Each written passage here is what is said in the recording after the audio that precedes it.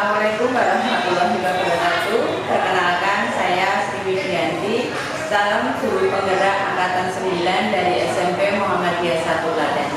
Di sini saya tidak sendiri, di sini saya ditemani oleh Bapak Jelang Ramadan, guru mata pelajaran IPS di SMP Muhammadiyah 1 Klaten. Di sini saya akan melakukan percakapan pra-observasi yang tujuannya untuk mengevaluasi dan mengetahui jalannya pembelajaran di dalam kelas yang akan dilaksanakan. Selamat siang, Pak. Siang, Ibu. Bapak, di sini saya akan melaksanakan percakapan pra-observasi dengan Bapak. Bagaimana keadaan Bapak hari ini? Alhamdulillah sehat. Sehat, alhamdulillah ya Pak ya. Untuk pertanyaan saya yang pertama, tujuan pembelajaran yang akan Bapak laksanakan nanti pada saat pembelajaran? Tujuan pembelajaran yang akan saya bawakan untuk materi nanti yaitu siswa mampu mendeskripsikan tentang kolonialisme dan imperialisme di Indonesia. Tujuan pembelajaran ini. Untuk yang kedua, untuk area perkembangan atau aktivitas pembelajaran yang akan Bapak gunakan? Area pengembangan yang ingin saya gunakan yaitu pengetahuan. Untuk pengetahuan siswa mampu mendeskripsikan kolonialisme dan imperialisme di Indonesia, dan yang kedua yaitu keterampilan. Keterampilan ini siswa mampu memecahkan permasalahan kolonialisme dan imperialisme di Indonesia. Terus untuk rencana pembelajarannya, Pak? Untuk rencana pembelajarannya, pertama strategi saya pembelajaran berdifferensiasi sesuai dengan gaya belajar yang ada di kelas. Ya. Terus untuk metode yang Bapak gunakan? Metode yang saya gunakan nanti menggunakan diskusi kelompok. Untuk media pembelajaran yang akan Bapak gunakan untuk pembelajaran kali ini? Media pembelajaran yang saya gunakan untuk pembelajaran ini ada buku pembelajaran berupa modul dan juga sticky note untuk aktivitas kelompok siswa. Kapan waktu kegiatan pembelajaran yang akan Bapak laksanakan untuk ini? Untuk waktunya akan saya laksanakan nanti jam pertama dan jam kedua di kelas 8D. Terima kasih Pak. Untuk pertanyaan terakhir, apa yang Bapak ambil dari percakapan pra-observasi kali ini? Untuk percakapan pra-observasi ini sangat bermanfaat bagi saya yaitu karena untuk mematangkan saya dalam pembelajaran, untuk mempersiapkan lagi apa yang perlu saya siapkan untuk pembelajaran nanti, termasuk dalam metode diskusi kelompok. Terima kasih Pak untuk percakapan observasi kali ini. Nanti kita ketemu untuk percakapan pasca. Nanti kita akan ditemani oleh PP saya ini. Semoga nanti dengan percakapan pra-observasi dan pasca observasi nanti bisa meningkatkan pembelajaran Bapak di dalam kelas.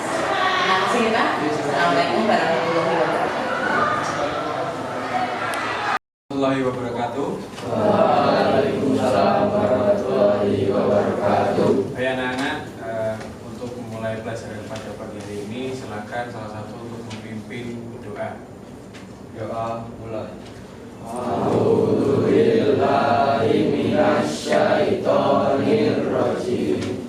Bismillahirrahmanirrahim. Asyhadu an la ilaha illallah wa asyhadu anna Muhammadar Rasulullah. Raditu billahi rabban wa bil islami dina wa bi Muhammadin nabiyya wa rasulah.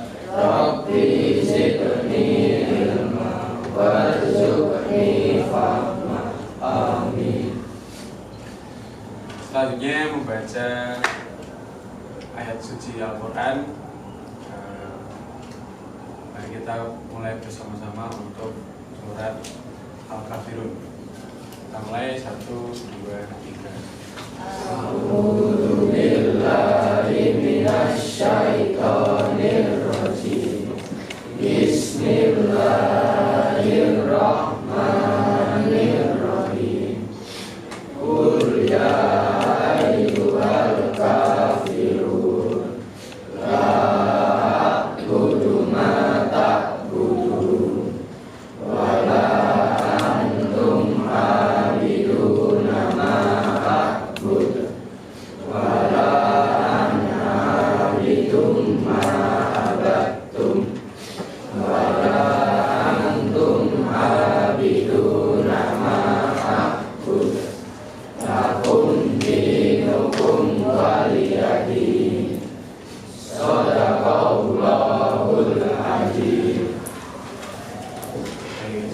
semuanya? Pagi, luar biasa. Kurang kompak.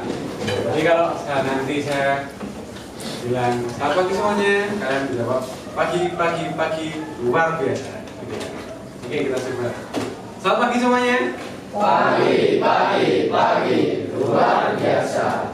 Ya, ini sebelum Bapak masuk ke pelajaran atau materi yang melanjutkan pertemuan yang kemarin, kita hari ini mau sedikit refleksi dulu. Kita mau refleksi dulu. Ini nanti kita bermain tepuk 1, tepuk 2, dan tepuk 3. Ada pernah main sebelumnya? Belum pernah ya? Kita coba. Nanti kalau saya bilang tepuk 1, kalian tepuk 1 kali. Kalau saya bilang tepuk 2, kalian tepuk 2 kali. Kalau saya bilang tepuk 3, kalian tepuk 3 kali. Kata kuncinya adalah tepuk. Oke, bisa dimengerti? Tepuk 1, tepuk 2, tepuk 3, 1. Nah, siapa yang salah? Kata kuncinya adalah tepuk. Jadi kalau tidak ada kata tepuk ya tidak tepuk. Tepuk 1, tepuk 3, tepuk 2, 2. Oke, sudah fokus ya? Nah, hari ini Bapak akan menyampaikan sebuah materi diawali dengan tujuan pembelajaran. Hari ini kita akan mendeskripsikan hubungan kondisi geografis dengan kedatangan kolonialisme dan imperialisme Indonesia. Silakan dibuka LKS-nya, dibuka LKS halaman awal. Ya. Nasionalisme dan jati diri bangsa. Buka halaman 8, silakan buka halaman 8.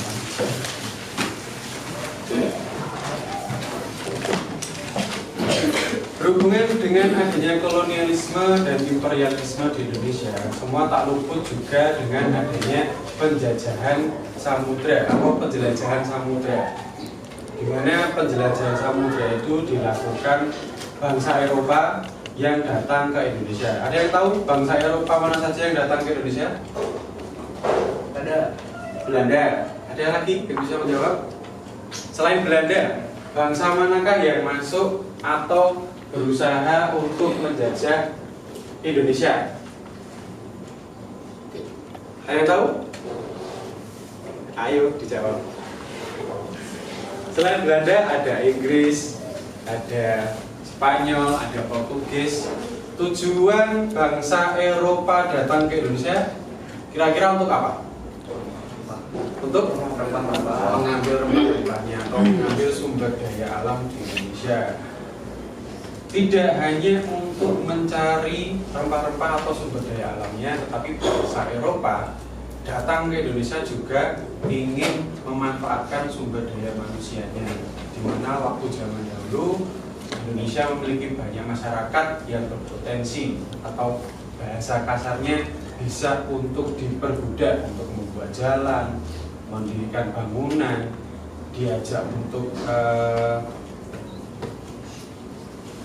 berandil atau ikut serta dalam kepemerintahan Hindia Belanda pada masa itu. Baik anak-anak, kita akan berdiskusi berkelompok. Nanti kita akan bagi kalian menjadi beberapa kelompok. Terus setiap kelompoknya akan bertugas untuk membuat soal. Nanti setiap satu kelompok membuat 3 soal. Nah, untuk jawabannya nanti dijawab untuk kelompok lain.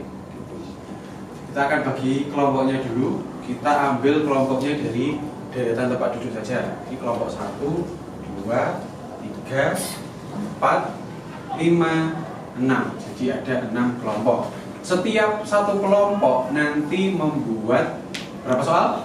3 soal. Nah, tugasnya nanti dijawab oleh kelompok lain. Contohnya kelompok 1, soal kelompok 1 nanti dijawab oleh kelompok 2. Begitu pula seterusnya. Soal kelompok 2 dijawab sama kelompok 3. Nanti akan saya berikan sticky note untuk memberi atau membuat untuk menuliskan soalnya. dan nanti jawabannya juga dijawab pakai stiker. Bisa dipahami? Oke, nanti saya bagikan dulu ya dari sini. Ya.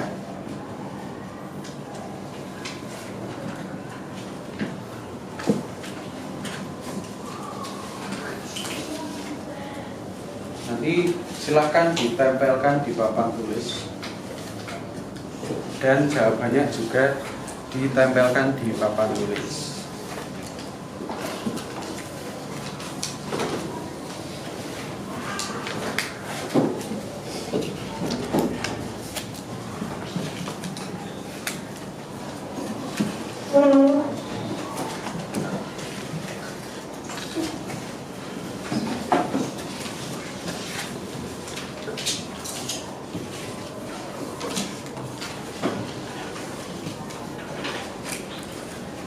Ya, ini untuk lembar soalnya dulu.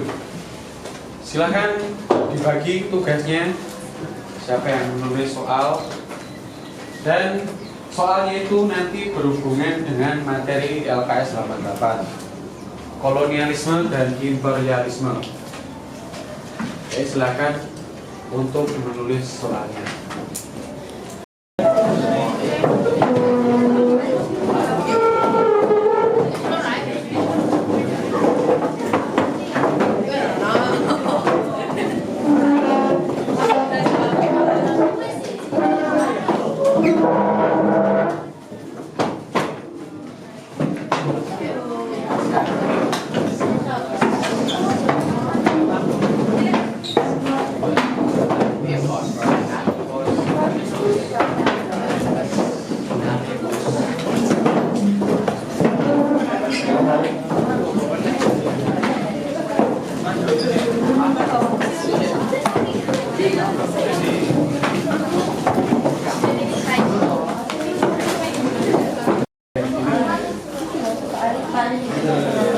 Boleh dikasih nama kelompok satu ya, kalau 3 ya. Dari halaman 8 sampai 9. Ingat ya, satu kelompok itu 3 soal itu 3 soalnya berbeda-beda.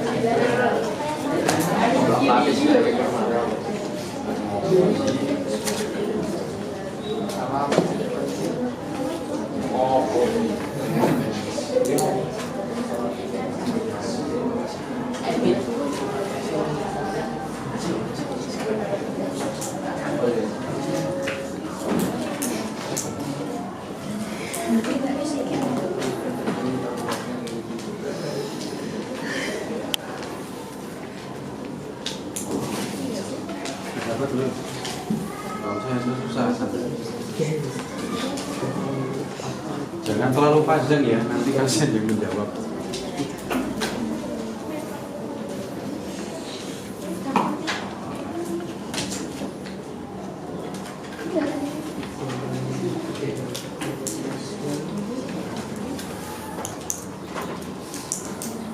Mau pakai yang ini boleh.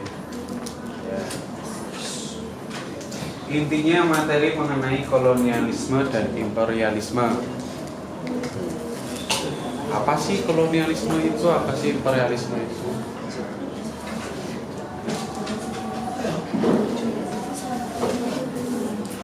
Baik anak, soalnya sudah selesai? Silakan untuk perwakilan kelompok untuk menempelkan jawabannya di papan tulis. Yang kolom yang atas, silakan. Kelompok 1, kelompok 2, sampai kelompok 6.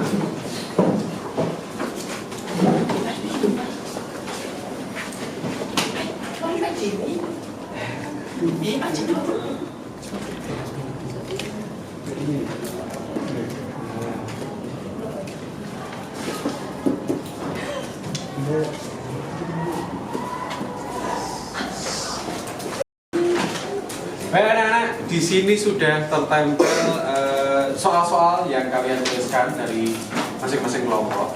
Saya akan membacakan pertanyaan dari kelompok 1 yang nanti akan dijawab oleh kelompok 2. Pertanyaan yang pertama, apa yang dimaksud dengan penjelajahan samudra? Itu untuk kelompok 2, apa yang dimaksud penjelajahan samudra? Soal yang kedua, apa yang dimaksud dengan gospel? Kelompok 2, apa yang dimaksud dengan gospel? Pertanyaan yang ketiga, apa pengertian dari imperialisme? Apa pengertian dari imperialisme? Itu untuk kelompok 1. Kelompok 2. Yang pertanyaan untuk kelompok 3. Yang dibuat dari kelompok 2. Apa yang dimaksud motivasi 3G? Apa yang dimaksud motivasi 3G? Soal yang kedua, apa yang dimaksud dengan revolusi industri? Soal yang kedua, apa yang dimaksud dengan revolusi industri? Sudah siap untuk pertanyaan ketiga? Yang ketiga, bagaimana pengaruh letak geografis? Bagaimana pengaruh letak geografis terhadap penjajahan samudera yang menyebabkan kolonialisme dan imperialisme di Indonesia? Sudah? Oke, itu yang pertanyaan dari kelompok 2 dan dijawab kelompok 3. Berikutnya pertanyaan dari kelompok 3. Ini yang menjawab kelompok 4. Siap kelompok 4 mendengarkan pertanyaannya? Ya. Yang pertama, mengapa bangsa-bangsa barat sangat membutuhkan rempah-rempah? Saya ulangi, mengapa bangsa-bangsa barat sangat membutuhkan rempah-rempah? Itu soal yang pertama. Saya lanjut yang kedua ya. Yang kedua, mungkin bisa ditulis dulu kalau belum bisa mencari jawabannya. Yang kedua, apa fungsi rempah-rempah bagi bangsa Eropa? Baik, semuanya sudah menuliskan jawabannya? Sudah. Nanti yang menjawab atau jawaban kalian tempelkan ke depan, dan yang menempelkan nanti silakan dipresentasikan jawabannya. Jadi dibacakan pertanyaannya dan jawabanmu seperti apa. Bisa dimengerti? Silakan untuk kelompok 2 yang menjawab pertanyaan kelompok 1. Ya. Ditempelkan dan dibacakan soalnya, terus jawabanmu seperti apa di depan teman-teman. Silakan presentasikan.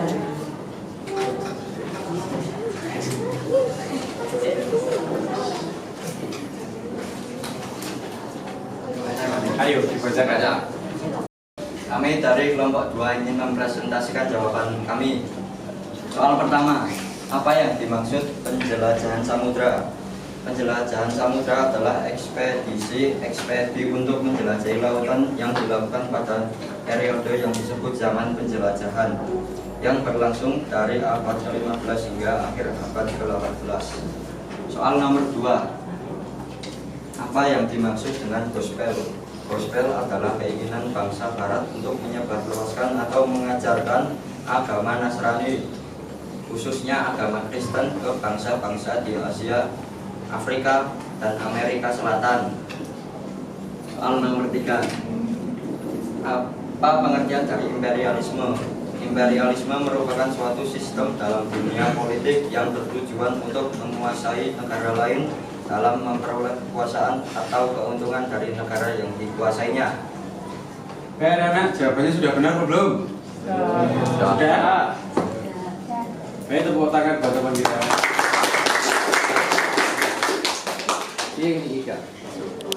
Baik, untuk berikutnya pertanyaan kelompok 2 yang dijawab oleh kelompok 3. Perwakilannya silakan untuk masuk ke depan.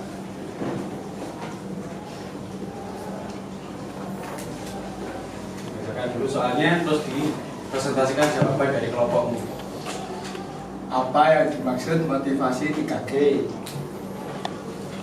Gospel Glory merupakan motivasi bangsa-bangsa barat melakukan penjelajahan samudra. Apa yang dimaksud revolusi industri? Revolusi industri merupakan salah satu pendorong imperialisme modern. Bagaimana pengaruh letak geografis terhadap penjajahan samudra yang menyebabkan kolonialisme dan imperialisme di Indonesia? Karena Indonesia terletak di antara dua samudra dan letak geografis Indonesia termasuk ke dalam wilayah tropis. Benar anak-anak? Jawabannya sudah benar? Tangan buat teman kita.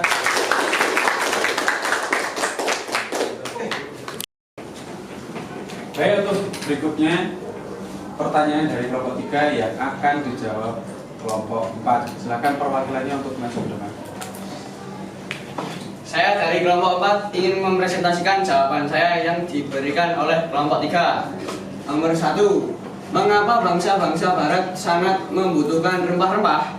Karena akses perdagangan Asia terputus. Akibatnya bangsa Eropa kesulitan menemukan rempah-rempah sebagai komoditas yang banyak dicari di pasar. Nomor 2, apa fungsi rempah-rempah bagi bangsa Eropa? Untuk mengawetkan makanan, bumbu makanan, dan obat-obatan. Nomor 3, apa akibat berkembangnya revolusi industri? Berkembangnya revolusi industri menyebabkan bangsa-bangsa barat memerlukan bahan baku yang lebih banyak. Sudah benar jawabannya anak-anak? Buat teman kita.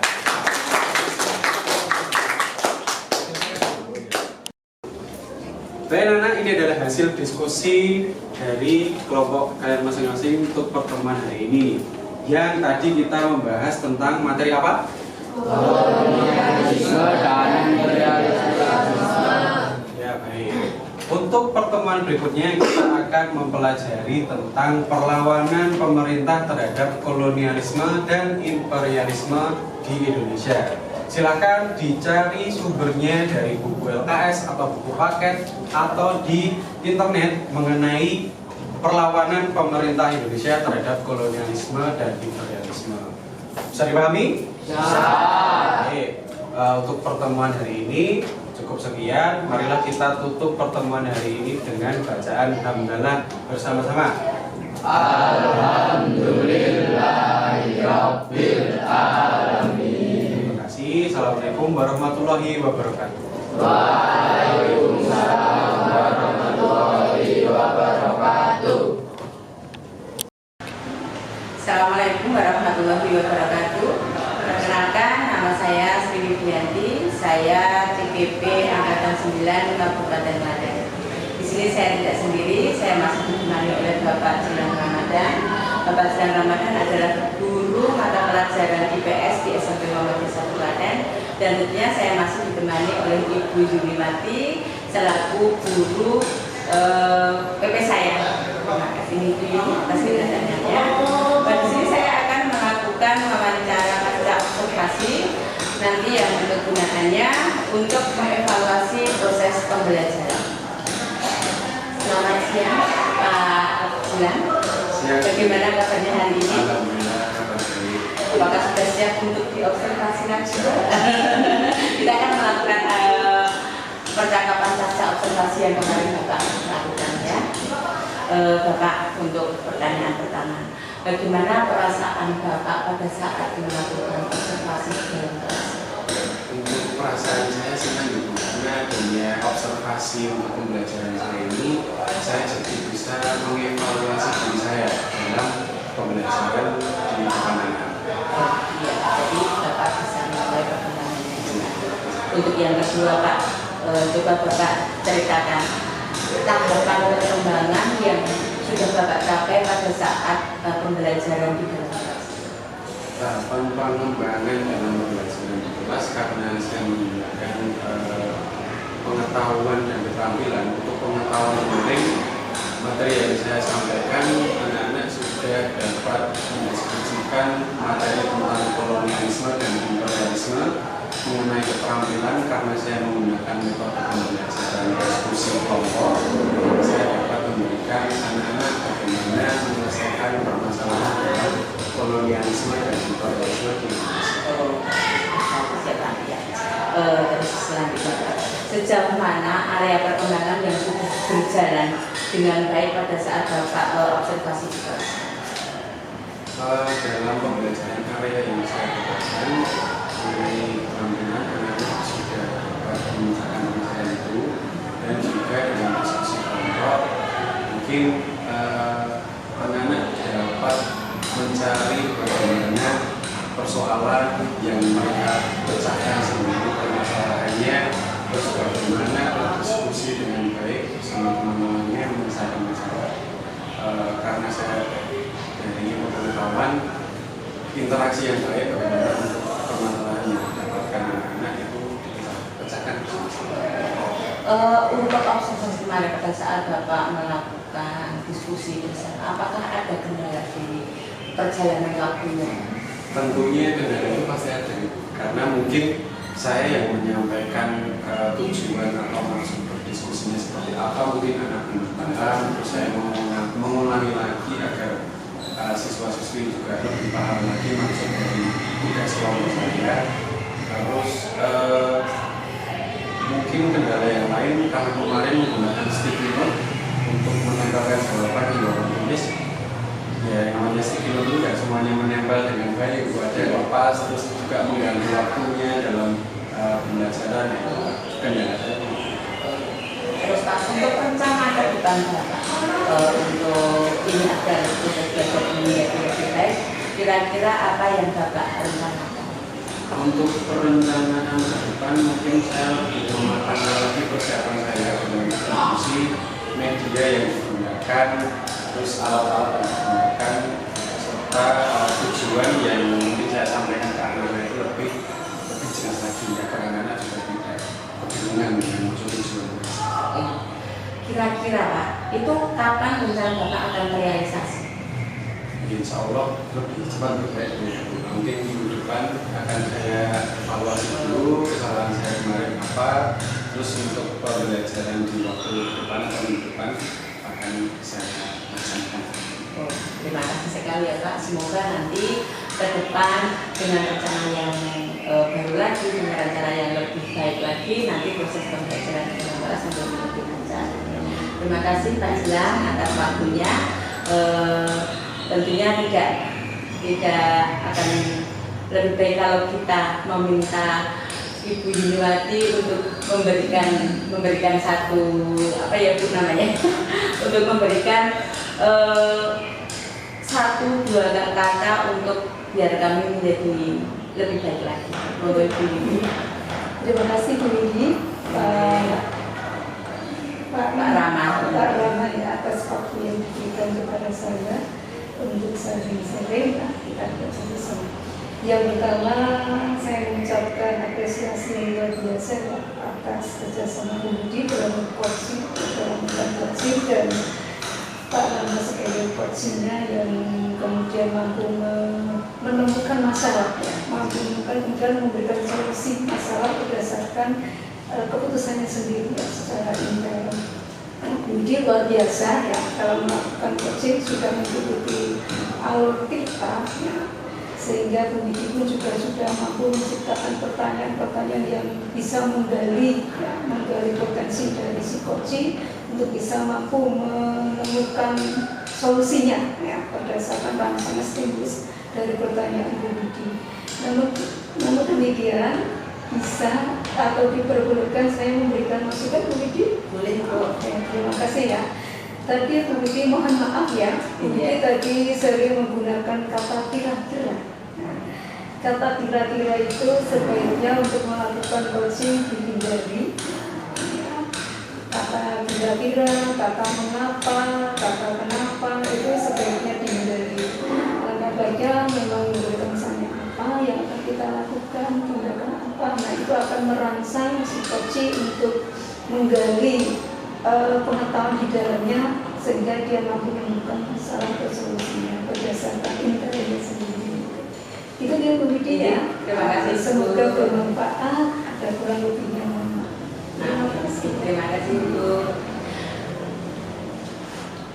Terima kasih. kasih Ibu Buliwati, terima kasih pada Pak Jenan Ramadan atas percakapan pasca observasi kali ini.